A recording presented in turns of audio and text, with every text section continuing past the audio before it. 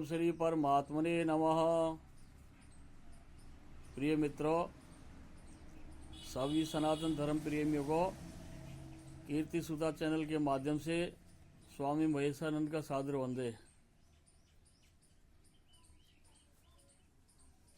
मित्रों, जीवन सभी का एक दिन धीरे धीरे करता करता नष्ट हो जाएगा। महात्मा लोग कहते हैं, शास्त्र कहते हैं, यात्रा जरूरी है, मंजिल अधूरी है। इस संसार के अंदर जो लोग आए हैं उनका सबका निश्चित है जाना भी, लेकिन कोई तो सावधानी पूर्वक जा रहा है और कोई अज्ञानता से जा रहा है। तो जो भोगों में व्यस्त रहते हैं, व्यसनों में व्यस्त रहते हैं और जिनको अगम का निगम का कोई बोध नहीं है, केवल खाए पिए सो गए और संसार का कुछ विहार कर लिया, इसी में वो अपना बोध को समझ बैठते हैं। लेकिन ये गलती बहुत बड़ी है, क्योंकि ये अनेक जन्मों की यात्रा है। दोस्तों, कितने जन्मों में क्या क्या बनकर आए हैं आप सब लोग, आपको याद नहीं है। अब मनुष्य का शरीर प्राप्त होने के बाद भी और आपने ठीक से तैयारी करी नहीं, क्यों जाना जरूरी है। ये जो जहां तुम मृतलोक में बैठे, ये तो विदेश है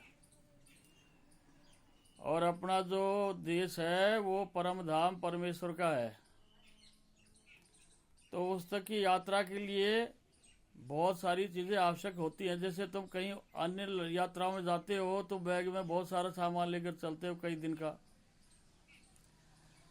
लेकिन जहाँ पर असली जगह जाना है वहाँ की तुम्हारी तैयारी नहीं है। और तैयारी भी है तो आपने जोड़ के रखा है, या तो निंदा करते हैं, चुगली करते हैं, चोरी करते हैं, चकोरी करते हैं, झूठ बोलते हैं, पाप कर्म करते हैं। वो गठड़ी इतनी मजबूत भारी हो जाती है कि उससे बोझा मरते जाओगे और परिणाम स्वरूप आपको फिर नरकों में जाना पड़ेगा। तो जीवन को सुधारना है, बिगाड़ना नहीं, क्योंकि 1,84 योनि है, इनमें से सबसे श्रेष्ठ योनि मनुष्य की है। और इस मनुष्य का जन्म पाकर भी आपने पशुवत खो दिया, तो इससे बड़ी गलती क्या होगी भाई। यात्रा ट्रेन में करते हो, टिकट आपके पास नहीं है तो टीटी आपको पकड़कर बंद कर देगा। तो ये जीवन की यात्रा है दोस्तों, इसमें भगवान का नाम सुमरण ध्यान के बिगैर काम चलने वाला है नहीं। सत्शास्त्रों का अध्ययन करें और जिन संतों को अनुभव है, ज्ञान है, उन संतों की संगत करें और गुरु के सानिध्य में बैठकर आत्मबोध को प्राप्त करें। नहीं तो ये संसार में तो आना जाना तो लगा ही रहता है, ये आवागमन ऐसे नहीं मिटेगा। इससे बचना चाहते हो तो ईश्वर के भजन के अलावा और कुछ भी सार नहीं है जगत में। और अब ये कलयुग है, इसमें कली काल का बहुत ज़्यादा प्रभाव है। हर मनुष्य की बुद्धि बहुत मलिन होती चली जा रही दिन पर दिन, केवल भोगों की तरफ आकर्षित हो जाता है वो, और विषयों में फंस जाता है और फिर वो निकल नहीं पाता।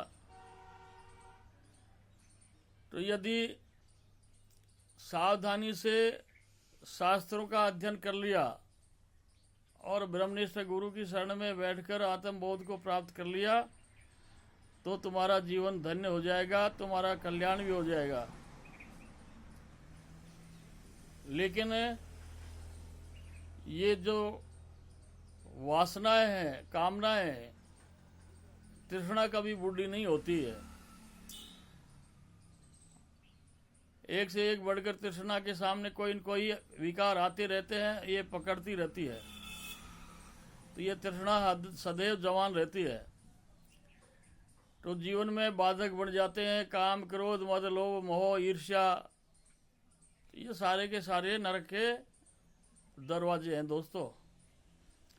तो मैं इस वीडियो के माध्यम से आपको ये बताना चाहता हूँ,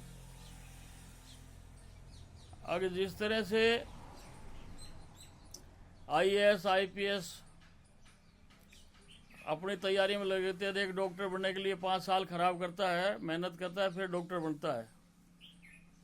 तो आपको तो जाना है, ये घर भी छूटेगा, ये परिवार भी छूटेगा, ये रिश्तेदार भी छूटेगा, पत्नी भी छूटेगी, बच्चे भी छूटेंगे, और आपको अकेले ही जाना है। और वहाँ आपकी कोई भी मदद नहीं करेगा, क्योंकि कर्म आपका है और उन कर्मों को केवल आपको ही भोगना है। तो अब आप विचार कर कर ये तय कर ले कि आप क्या कर रहे हो। इसी वीडियो के अंदर बहुत सारी और भी बात बोलना चाहता था, लेकिन समय का अभाव की वजह से अगले वीडियो में फिर मैं आपको बताऊंगा। पिछले वीडियो में 4 प्रकार के भक्तों का वर्णन किया था, तो आप लोग उस पर भी ध्यान देना। इसी के साथ आप सबको जय हिंद, जय भारत, जय श्री राधे।